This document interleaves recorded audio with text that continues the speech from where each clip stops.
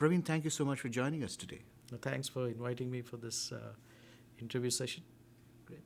Well, I would love to talk to you about Tata Capital, of course, but before that, I would love to know some of the background of your career in Tata Motors.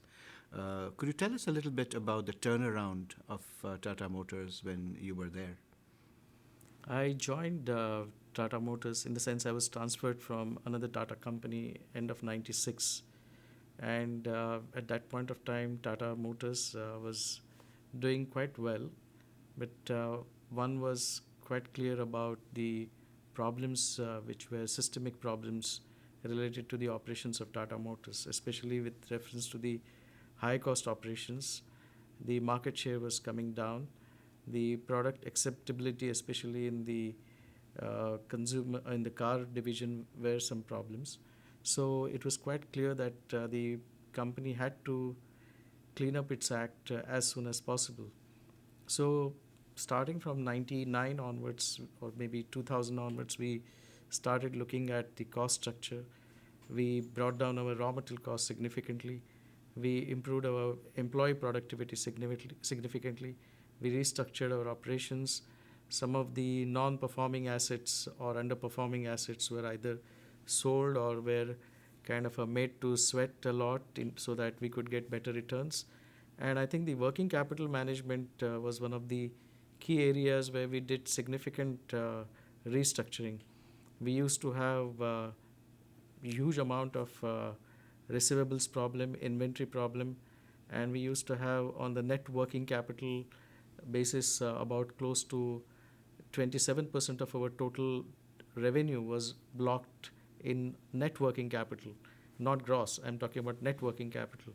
So we decided to make the company get into some kind of a reverse mode, in the sense from the positive net working capital where a lot of money was blocked, we thought that we should get into the negative net working capital. It took us about a couple of years, had to completely change the paradigm of the kind of a business we were into. The credit policies had to be changed, the inventory management policies had to be changed. We had to rework in terms of our policies with our vendors for the inventory management, the procurement system, as well as for the payment terms.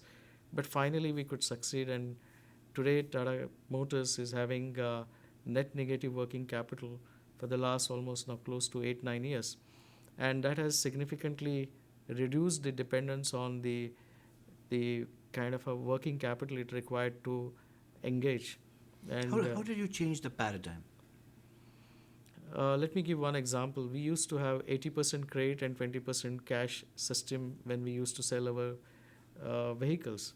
And we talked to our dealers, we provided them with the banking channel support system, we brought in a lot of IT systems, and in all of that really helped. And of course, the mindset change amongst our own senior employees and also with the dealers. And that really helped us in terms of shifting from 80% credit, now we have got 100% cash there. Similarly, with reference to the internal inventory management, we used to have huge amount of stocks from the point of view of managing our workflow or production flow more systematically. But we came to conclusion that basically we could have the same efficient production flow without unnecessarily holding the inventory at our end. And we had to have a better kind of a production planning process with our vendors, a good kind of a IT system through which we could continuously monitor our own internal production requirement, the flow from the vendors to us, and with that we could bring down the inventory levels. So we used to have maybe about 90 or 100 days of inventory. We could bring it down to about maybe 30 days or so. Similarly, on the receivables, we used to have about 90 days receivables. We brought them down to about 7 to 8 days.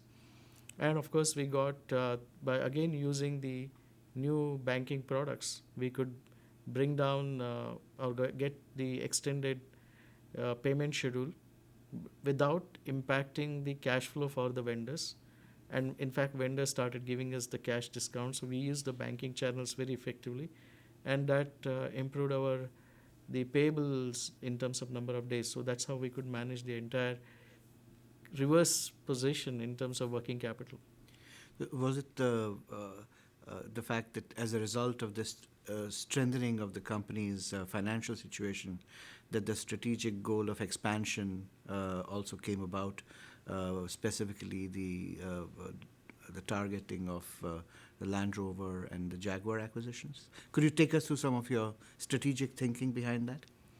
Yeah, actually, after the turnaround that happened in year 2001 and 2002, we looked at our own strategy, and there was a very clear-cut strategy direction. One, of course, in the commercial vehicle business, we were one of the largest truck makers in the world, but we lacked technology in the high end of the truck manufacturing. And from that point of view, we thought maybe one option was to build it internally, and the other option was to go for inorganic growth. And in 2003, 2004, we were successful in acquiring the Daewoo Truck Company in South Korea. That helped us a lot in terms of kind of upgrading our technology in the high-end truck manufacturing, the heavy truck manufacturing. Thanks to that success, then we looked at our car business, and in car business we found that while we were very good in the low end of the, the small car manufacturing and small car technology, we lacked the technology in the high end of the luxury segment or the premier segment of car manufacturing. Now, if we were to build it on our own in terms of this high end or the premium segment technology, it would have taken us a lot of time as well as a lot of money. So we got this opportunity in early 2007 or mid 2007 in terms of looking at Jaguar Land Rover, which Ford Motor Company was looking at selling. I think we got the technology, the market, the product, the good people, and the good technology facilities at a fairly good price. And more importantly, it helped us in terms of building our international market presence, and more particularly in the premium segment vehicles. And we also found that we could perhaps bring the low-cost manufacturing advantage from India to UK and bring down the overall cost without compromising on the quality.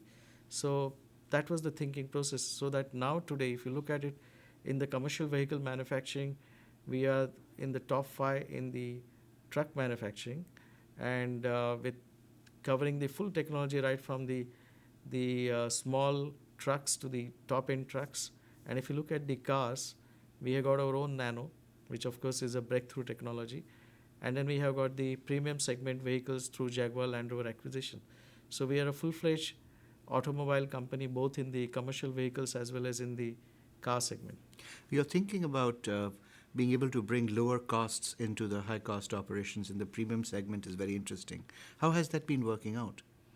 I think we have already started working on both in the areas of bringing the component cost lower by having some of the component vendors from low-cost countries to supply these components to the UK plant, and more importantly also in the area of vehicle designing, where we have inherent advantage with the software engineers that we have in Tata Motors and its own subsidiary company called Tata Technologies. We have close to 4,000 high-class software engineers who can develop right from a small component to the full vehicle design. So one can bring in that advantage of low cost without compromising on quality in the vehicle design, component design, as well as in terms of manufacturing. Turning now to the Nano, can you tell us about what the current situation is and what your plans are? I hear a number of people asking when will the Nano be available in the US, for example. Are we likely to see them being driven around Philadelphia anytime soon? I must say that Tata Motors certainly has got plans to bring Nano to different parts of the world, and I think US also will be one of its target areas or target market areas. Let's turn now to your present role, which is in Tata Capital. Uh, uh, uh, what is the company's primary mission and some of your key objectives? When the Tata Group looked at its new growth strategy, it found that I think the financial services market is going to be one of the key growth areas in India, And Tata's used to have a very strong presence in the late 50s, until late 50s and late 60s, before the either the bank or the insurance business, which was either fully or partly owned by Tata's, was nationalized. And we found that if we were to take the group into the new growth areas, then presence in the financial services would be the key requirement. And from that point of view, in 2007, we started Tata Capital. Also, India requires a huge amount of financial inclusion, and therefore, one can also get the social objective achieved without compromising on the commercial aspects of doing the business. So, we started in 2007. We are in the areas of corporate finance business, where we lend to the corporate clients, mostly to the mid-size and the small-size companies, which are today not getting the right kind of a credit from the banking system.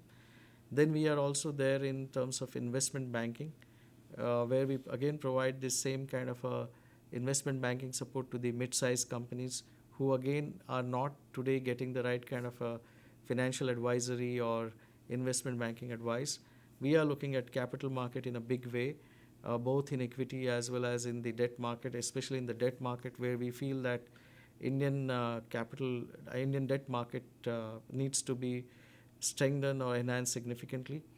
We are setting up private equity fund, and the private equity fund is being set up from the point of view of helping some of these mid-sized companies which need this support in the form of private equity. Then, of course, from the financial inclusion point of view, we are in the process of developing a very robust distribution and a broking network for distributing the financial products across the country. You are aware that the Tata name connotes a very strong kind of a image of trust and confidence, and rural India or the semi-urban India believes or has got a very strong trust in the Tata name, and therefore I think we should kind of I would say use this strong trust in Tata name for the financial inclusion, of course, in a commercial sense, but at the same time achieving the social objective. So these are the 4 or 5 key areas in which Tata Group is working. Of course, related to that, we are also in the businesses of mortgage financing and auto financing and so on and so forth. Well, so it's a very wide range of activities that you've just described. The financial services industry in India has become so competitive, not just with domestic companies, but also international players being so active in the area of private equity and so forth. What is your positioning in terms of setting out a unique strategy to differentiate what you do from the rest of the market? You're right. Actually, unfortunately, the Indian regulations today don't allow the large corporates like Tata's to get into full-fledged banking or commercial banking. So we are registered as a non-banking financial services company, which doesn't allow us to get access to the low-cost current account and savings account of the retail consumers. So we certainly have a cost disadvantage on the funding side.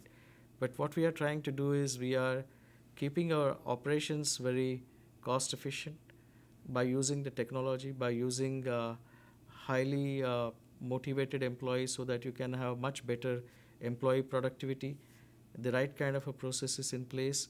We also are looking at how best we can acquire the top quality kind of a acquisition of businesses or customers, and in the process keep the NPAs lower. So I think the emphasis is in terms of keeping the cost low and productivity very high. And I think the other thing which we are looking at, if you grow the business reasonably well, you will also have the ability to kind of access the funds at a relatively lower cost. Certainly not at the same cost like a commercial bank would access, but still at the same time try to access at a relatively lower cost. To some extent, we have succeeded. The other point I would like to make is that we are a 100% subsidiary of Tata Sons, the holding company of the group, and the group has capitalized the company quite well right from the beginning. That also helps us in terms of having a very high credit rating and allowing us to access the relatively low cost funds. What kind of opportunities do you see in the rural Indian market? I think there is huge amount of potential in the rural and semi-urban market. If you really look at rural India, most of the savings, and I must say that the savings rate in India is very high, as you know, more than 34%. But in the rural and semi-urban markets, the savings are kind of invested in gold or in which again is not, it's a kind of a illiquid asset, or in land again which is not giving them the right kind of a return, or in the worst or in the best case situation maybe in a fixed deposit with a cooperative bank. So rural India is not exposed to many of the high return kind of financial products like equities or mutual funds or even insurance, which can take care of the risk part also. I think this is where the company like Tata Capital, which has got a strong name, a strong distribution network, can play an important role in terms of educating the rural India, in terms of converting some of these non-productive or illiquid assets or low income yielding kind of assets into, I would say, relatively higher income yielding assets, in terms of also which will also give them better liquidity and better return. So that's the role we are trying to play. It's a long haul. It's not going to be, this objective is not going to be achieved overnight. You need to have long sustenance or sustaining kind of ability. Uh, so which is what we are ready to do. I mean, Tatas don't do business only for few years. We are here to play a long time kind of a role. But I believe that Tata Capital and the Tata Group can really play an important role in financial inclusion by bringing rural India and semi-urban India into kind of a network of these financial products. I'd like to end, Praveen, if you don't mind, with a couple of personal questions.